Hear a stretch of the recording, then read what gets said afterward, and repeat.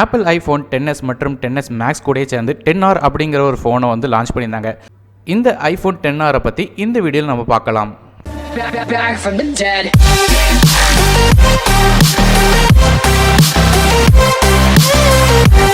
இந்த iPhone XR பற்றி பேசும்போது கரண்ட்டாக ரிலீஸ் ஆன 3 மாடல்லையும் சீப்பான மாடல் இதுதான்.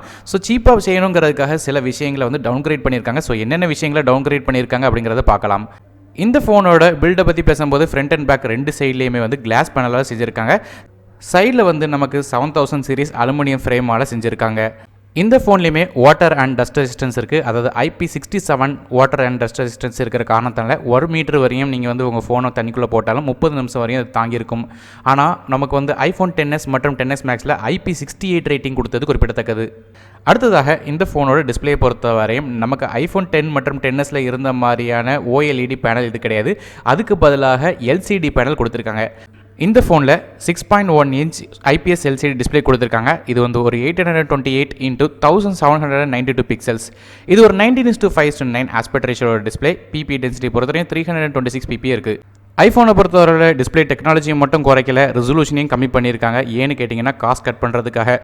இந்த டிஸ்பிளே பற்றி பேசும்போது கூட நீங்கள் பார்த்தீங்கனாலே தெரியும் 1080p டிஸ்பிளே கூட இல்லை கொடுக்கல. இருந்தாலும் இது ஒரு பெரிய பிரச்சனை இல்லை. ஏன்னு கேட்டிங்கன்னா அந்தளவுக்கு மோசமான டிஸ்பிளே ஒன்றும் இல்லைங்கிறது குறிப்பிடத்தக்கது. இந்த கிளாஸ்லேயுமே மற்ற iPhone XS மற்றும் XS Maxல பார்த்த மாதிரியே scratch resistant glass with oleophobic coating கொடுத்துருக்காங்க. ஸோ அதனால் உங்களுக்கு ஸ்க்ராட்ச் வந்து அவ்வளோ ஈஸியாக படாது. iPhone XS மற்றும் XS Maxல இருக்கிற மாதிரி இதில் வந்து 3D டச் டிஸ்பிளே கிடையாது.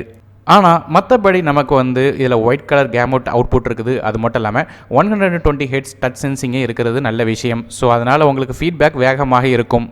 அடுத்ததாக இந்த ஃபோனில் உள்ள சிப்செட்டை பற்றி பேசும்போது iPhone XS மற்றும் XS Maxல பயன்படுத்திகிட்டு இருக்கிற அதே A12 பயோனிக் சிப்செட் தான் இதுலேயும் பயன்படுத்துகிறாங்க.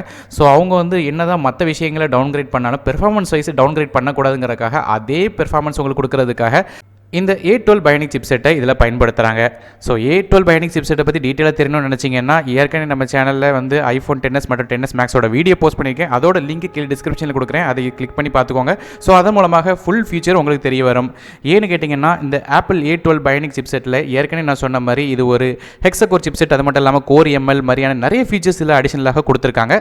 ஸோ ஏற்கனவே அந்த சிப்செட்டை பற்றி டீட்டெயிலாக அந்த XS மற்றும் XS Max வீடியோவில் பேசிட்ட காரணத்தினால இதில் வந்து அந்தளவுக்கு டீட்டெயில் சொல்ல. ஸோ ஓரளவு பார்க்கணும்னு நினச்சிங்கன்னா அந்த வீடியோவும் கீழே கிளிக் பண்ணி பார்த்துருங்க. ஸோ அதன் மூலமாக இந்த A12 பயோனிக் சிப்செட் எவ்வளோ பவர்ஃபுல்லானதுங்கிறது உங்களுக்கு டீட்டெயிலாக தெரியும். அடுத்ததாக ரேம் அண்ட் இன்டர்னல் ஸ்டோரேஜை பொறுத்த வரையும் இந்த ஃபோனில் 3GB ரேம் கொடுத்துருக்காங்க.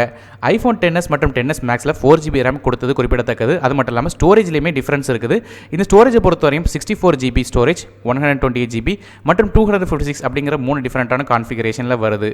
ஸோ அடுத்ததாக இந்த ஃபோனோட கேமரா பற்றி பேசும்போது ரியர் ஃபேசிங் சிங்கிள் கேமரா தான் கொடுத்துருக்காங்க. iPhone XS மற்றும் XS Maxல டியூவல் கேமரா கொடுத்தது குறிப்பிடத்தக்கது. ஆனால் இந்த சிங்கிள் கேமரா என்னன்னு கேட்டிங்கன்னா iPhone XS மற்றும் XS Maxல பயன்படுத்தப்பட்ட அதே first primary camera 12 megapixel camera with f1.8 aperture. இது ஒரு 1.4 மைக்ரான் பிக்சல் லென்ஸ் இருக்குது. Optical image stabilisation, phase detection, auto focus மாதிரி சப்போர்ட் இருக்குது. அது போக இதில் வந்து quad LED dual tone LED flash support இருக்குது. HDR சப்போர்ட் இருக்குது. அது மட்டும் இல்லாமல் வீடியோ கேப்சரை பொறுத்தவரையும் 1080p footage 240 frame per second capture பண்ணிக்கலாம். அது மட்டும் இல்லாமல் 4K resolution up to 60 frame per second வரையும் கேப்சர் பண்ணிக்கலாம். இதுலேயுமே வந்து iPhone XS மற்றும் XS Maxல இருக்கிற மாதிரி ஸ்டீரியோ வீடியோ கேப்சர் பண்ணிக்கலாம். ஸோ வீடியோ ரெக்கார்டிங்கில் உங்களுக்கு ஸ்டீரியோ சவுண்ட் வந்து கேப்சர் ஆகும். iPhone XS மற்றும் XS Maxல வந்து செகண்டரி கேமரா வந்து கொடுத்துருக்க காரணத்தினால பொக்கே எஃபெக்ட் அது மூலமாக உங்களுக்கு டெப்த் சென்சராக ஒர்க் ஆகி வரும். ஆனால் இந்த iPhone XRல வந்து சிங்கிள் கேமரா கொடுத்துருக்கிற காரணத்தினால அவங்க வந்து பொக்கே எஃபெக்ட் கிரியேட் பண்ணுறதுக்காக ஹார்ட்வேர் ப்ளஸ் சாஃப்ட்வேர் காம்பினேஷன் ப்ராசஸாக ஒரு டிஃப்ரெண்ட்டான ஒரு ப்ராசஸ் வந்து செஞ்சுருக்காங்க. அதன் மூலமாக உங்களுக்கு போர்ட்ரேட் ஷாட்ஸ் வந்து ரியர் ஃபேஸிங் கேமரா மூலமாக எடுத்துக்கலாம். அடுத்ததாக இந்த ஃபோனில் உள்ள செல்ஃபி கேமரா பொறுத்த வரையும் அதே 7 megapixel camera with f2.2 aperture. இது ஒரு 32mm லென்ஸ், HDR சப்போர்ட் இருக்குது. 1080p footage up to 60 frame per second வரையும் கேப்சர் பண்ணிக்கலாம். போர்ட்ரேட் மோடு மாதிரியான ஃபோட்டோஸும் நீங்கள் எடுக்கலாம். அதாவது 7 மெகாபிக்சல் கேமராவோட சேர்ந்து நமக்கு IR கேமரா இதில் இருக்குது. அது மட்டும் இல்லாமல் டாட் ப்ரொஜெக்ட் இருக்குது. 3 சேர்ந்து நமக்கு வந்து போர்ட்ரேட் டெப்த் எஃபெக்ட் வந்து iPhone XS மற்றும் XS Maxல பயன்படுத்தப்பட்ட அதே மெத்தட் யூஸ் பண்ணி ஃபோட்டோ இது வந்து எடுக்கும்.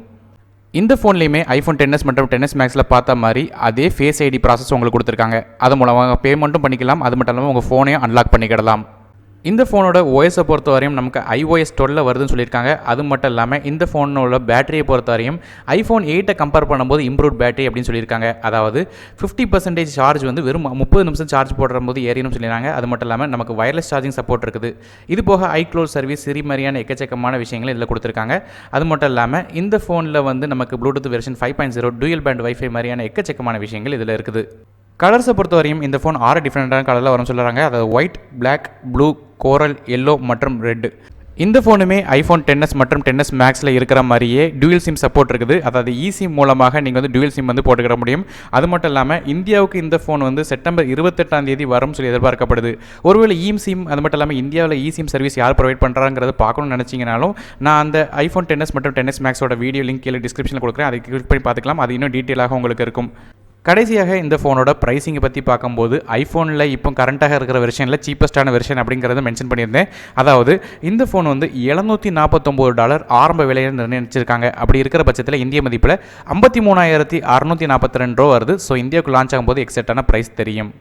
ஸோ நான் ஏற்கனவே சொன்ன மாதிரி iPhone XS, XS Maxை பற்றி கம்பேர் பண்ணி பார்க்கும்போது இந்த ஃபோன் டிஸ்பிளே, கேமரா அது மாதிரி 1-2 விஷயங்களில் சில டவுன்கிரேட் பண்ணி ப்ரைஸை கொஞ்சம் வந்து டவுன்கிரேட் பண்ணியிருக்காங்க.